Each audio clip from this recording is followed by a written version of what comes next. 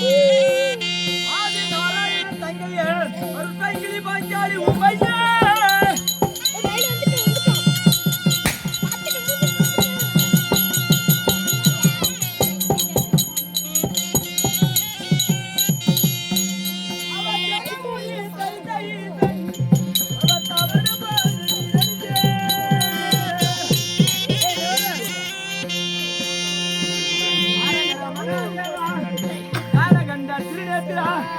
கங்கையை காசியை விஸ்வநாதா கர்ம ஏத்துங்க நீங்க அவர் ஜனமுடி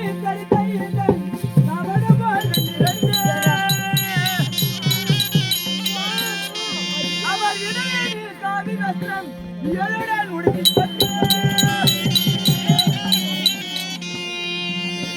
மகாதேவன் காலகண்ட திருநேத்திரம் இடையிலின் காவி வஸ்திரம் எழுடன் உடுத்திக் கொண்டு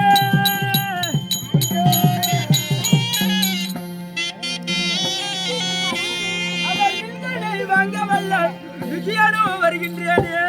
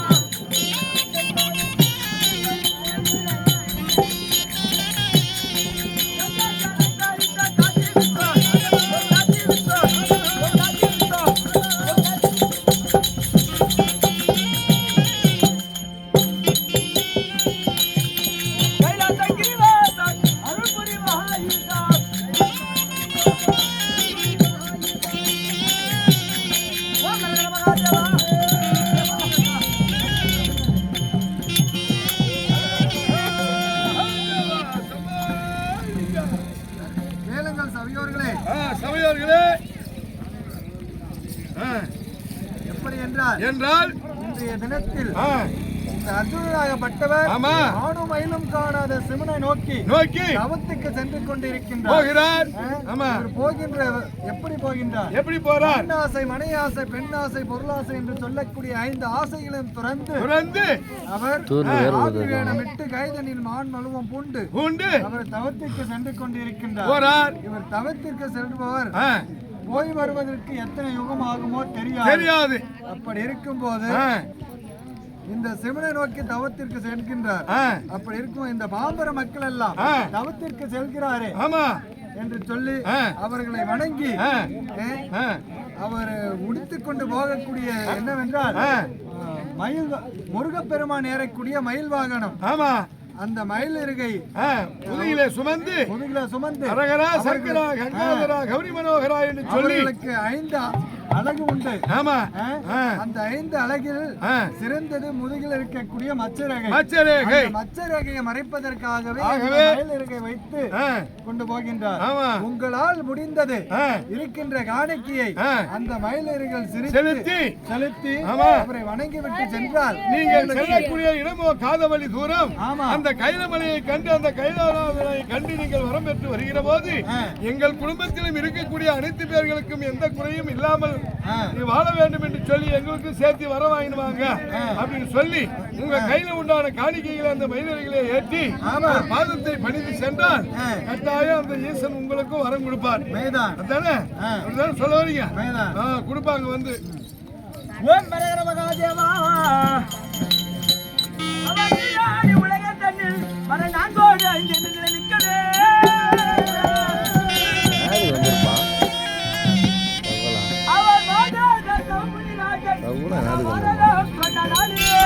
ஆட்டமா பார்க்க போறான்.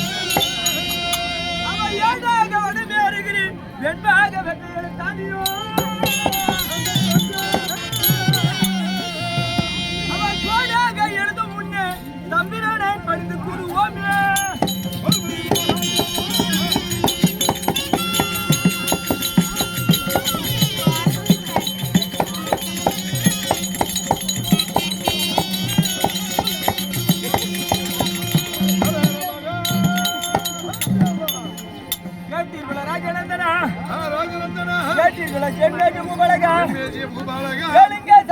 குரு பெரியோர்களே, அதாவது எப்படி என்றால் இந்த நீடால் சூழப்பட்ட உலகமாகப்பட்டது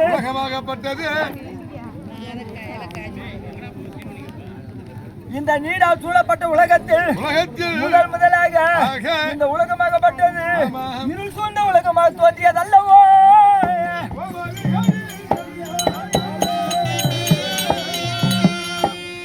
அப்படி இருள் சூழ்ந்த உலகத்தில் முதலாக சமுத்திரம் தோன்றியதா, சமுத்திரத்தில் ஓங்காரம் தோன்றியதா, ஓங்காரத்தில் சிவன் தோன்றினாரா, சிவனாகப்பட்டவர் சக்தியை படைத்தாரா, சக்தியாகப்பட்டவர் தன்னுடைய நெற்றி கண்ணோடு வைத்து அந்த நெற்றி கண்ணை பார்த்து சிவபெருமான் பயந்து ஓடக்கூடிய நேரம் அந்த நெற்றி கண்ணை சிவபெருமானுக்கு கொடுத்து சிவபெருமானால் எரிக்கப்பட்ட சக்தி மீண்டும் இந்த உலகத்திலே மகளாக பிறந்து இந்த பிரபஞ்சமாகப்பட்ட உலகமாகப்பட்டது உற்பத்தமானதல்லவோ.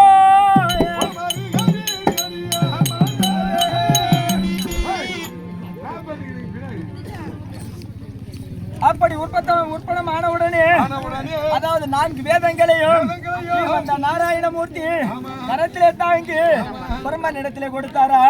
வாரும் பிரம்மதேவனே, 4 வேதங்கள் இருக்கின்றது, சாமம் அதர்வனம் என்று சொல்லக்கூடிய 4 வேதங்கள் இருக்கின்றது. 4 வேதங்களிலே 3 வேதங்கள் மட்டுமே பாராயணம் செய்ய வேண்டும். 4ஆம் வேதமாகிய அதர்வன வேதத்தை பாராயணம் செய்யாது என்று சொன்ன உடனே பிரம்மனாகப்பட்டவர் 4ஆம் வேதத்தை பாராயணம் செய்கின்ற பொழுது பாராயணம் செய்கிற போது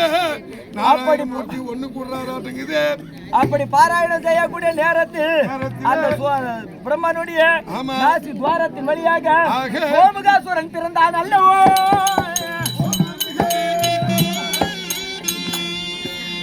அப்படி சோமகாசுரன் பிறந்து பிரம்மனிடத்தில் இருந்த 4 வேதங்களை களவாடி சென்று ஆழ்கடல் என்று சொல்லக்கூடிய சமுத்திரத்தில் ஒளிந்து கொண்டவுடனே பிரம்மன் நித்திரை தெளிந்து பார்க்கின்ற பொழுது 4 வேதங்களும் களவாடி இருந்ததா. 4 வேதங்கள் இல்லாமல் பிரபஞ்சத்தை உற்பத்தி செய்ய வேண்டியது என்று யோசிக்கக்கூடிய நேரம் ஆண்டவனுடைய உதவியை நாடினாரா. ஆண்டவராகப்பட்டவர் சேல்கண் என்று சொல்லக்கூடிய திமிங்கலமாக உருவெடுத்து ஆழ்கடலில் சென்று அந்த சோமகாசுரன் இடத்திலே சண்டை செய்து 4 வேதங்களையும் மீட்டு வந்தார் அல்லவோ.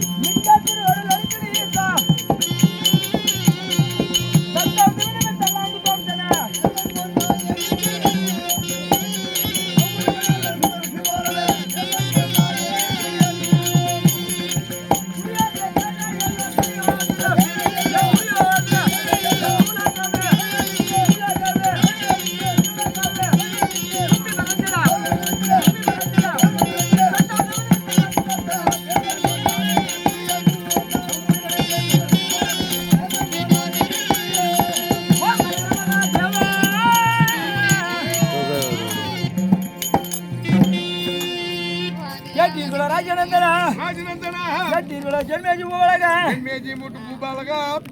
ஓய் என்ன ஜென்மேஜி மூட்டு பூபாலகம்? கேட்டீர்களா ராஜாதி ராஜேந்திரா? கேட்டீர்களா ஜென்மேஜி மூட்டு பூபாலகம்? எப்படி என்றால் உலகத்திலே பார்த்தா தேவர்களுக்கு 5 வகையான நோய் ஏற்பட்டதா? நோய் ஏற்பட்ட உடனே ஆண்டவரிடத்துல முறையிடுகின்ற பொழுது அந்த ஆண்டவராகப்பட்டவர் திருப்பார்கடலில் அமிர்தம் கலைந்து அந்த அமிர்தத்தை பருகியது உண்டானார். தேவர்களுக்கு வந்திருக்கக்கூடிய வியாதியாக்கப்பட்டது நீங்கிவிடும் என்று சொன்ன உடனே தேவர்கள் எல்லாம் ஆண்டவரிடத்துல உதவி நாடுகின்ற பொழுது ஆண்டவராகப்பட்டவர் திருப்பார்கடல் ஒரு பாண்டமாகவும் மந்திரகிரி மலையை ஒரு மத்தாகவும் ஆதிசேஷனை கயிறாக பூட்டி திருப்பார்கடல்ல அந்த வாசுகி என்று சொல்லக்கூடிய சர்ப்பத்தை கயிறாக பூட்டுகின்ற பொழுது அஞ்சிய தேவர்கள் வாழ்புறமாகவும் அஞ்சாத அசுரர்கள் தலைப்புறமாக நின்று திருப்பார்கடல்ல அமிர்தம் கடைந்தார் அல்லவோ.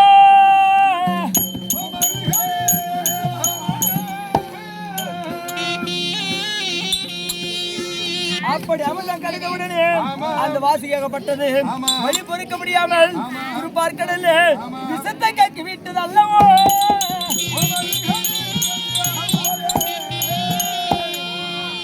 அப்படி விஷத்தை கக்கி உடனே அந்த விஷமாகப்பட்டது 3 உலகையும் அழிக்கும் வண்ணமாக வந்ததாம். அதை பார்த்த தேவர்கள் மூர்த்தி தேவர்களாகப்பட்டவர் 3 பகுதியாக பிரிக்க சிவபெருமானாகப்பட்டவர் தனக்கென்ற பகுதியை எடுத்து அருந்துகின்ற பொழுது சிவபெருமானுக்கு தலை சுற்றில் ஏற்பட்டு ஜடாபரத்தில் இருந்த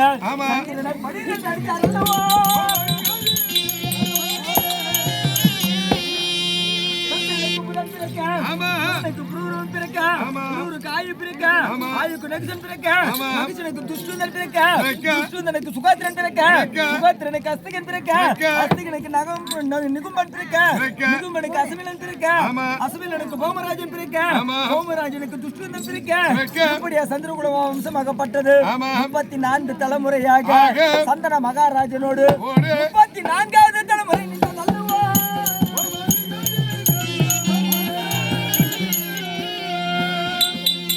அப்படி சந்திர மகாராஜனுக்கு விசித்திர வீரியன் என்று 2 பிள்ளைகள் பிறந்தார்களாம்.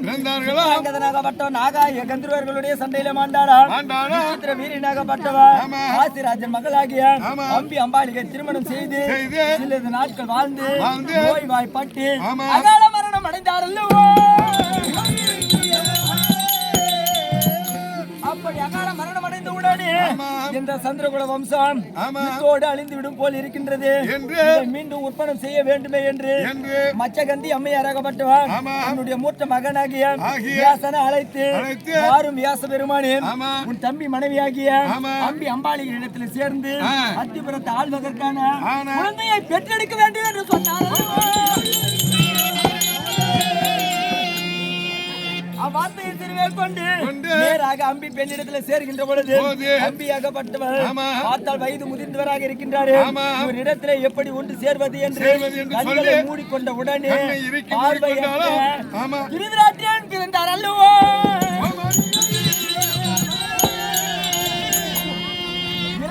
அம்பாளிகை இடத்துல சேர்கின்ற பொழுது அம்பாளிகையாகப்பட்டவள் வெள்ளை அடை உடுத்திக் கொண்டு ஒருங்கி படுத்த காரணத்தால பெண் குஷ்ட வியாதியோடு பாண்டி சக்கரவர்த்தியை பிறந்தார் அல்லவோ.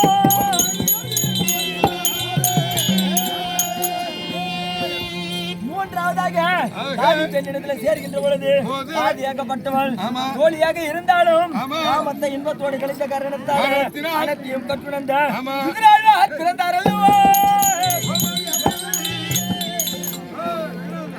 சந்திரகுல வம்சத்தில் பெருமையை சொல்லிக் கொண்டிருக்கின்றேனே நான் யார் என்று தெரியுமா? அருகாமல் இருக்கக்கூடிய சிசிய ஒன்னும் தெரியல, ஒரு மாதிரியா இருக்கிறீங்க, தட்டெல்லாம் கட்டிருக்கிறீங்க, வில்லெல்லாம் வச்சிருக்கிறீங்க, காவி கவுண்டர் எல்லாம் வச்சிருக்கிறீங்க.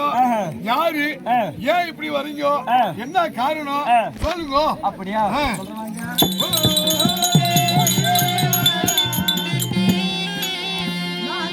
தம்பி தனங்கியனா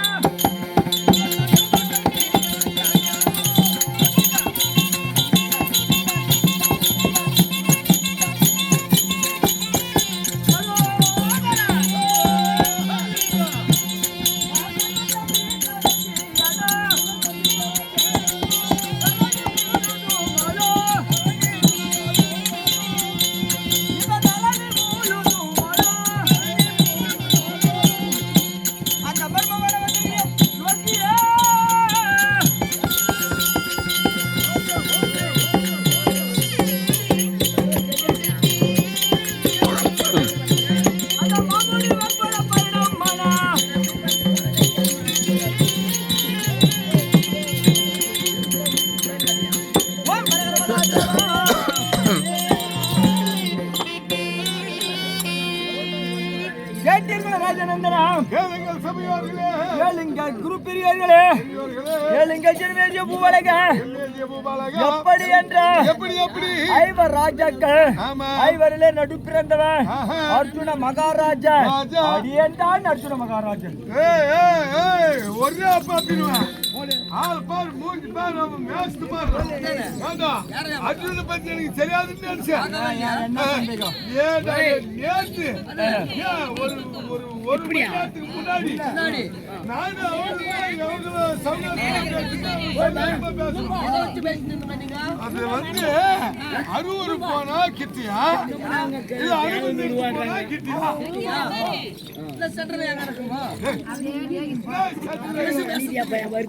தீர்த்து மலை போறதுக்கு அறுவரு போனா கிட்டியா இல்ல அறுபது போனா கிட்டியா அப்படின்னு பேசினோம். திடீர்னு போன் வச்சுன்னு சொல்லி கிளம்பி போயிட்டான். இப்ப இவன் வந்து நான் இவன் தான் அப்படின்னு சொன்ன ஒத்துக்கணும். அவனுடைய அழகு என்ன? பள்ளியில பரிசீலனை பாதத்திலே செந்தாம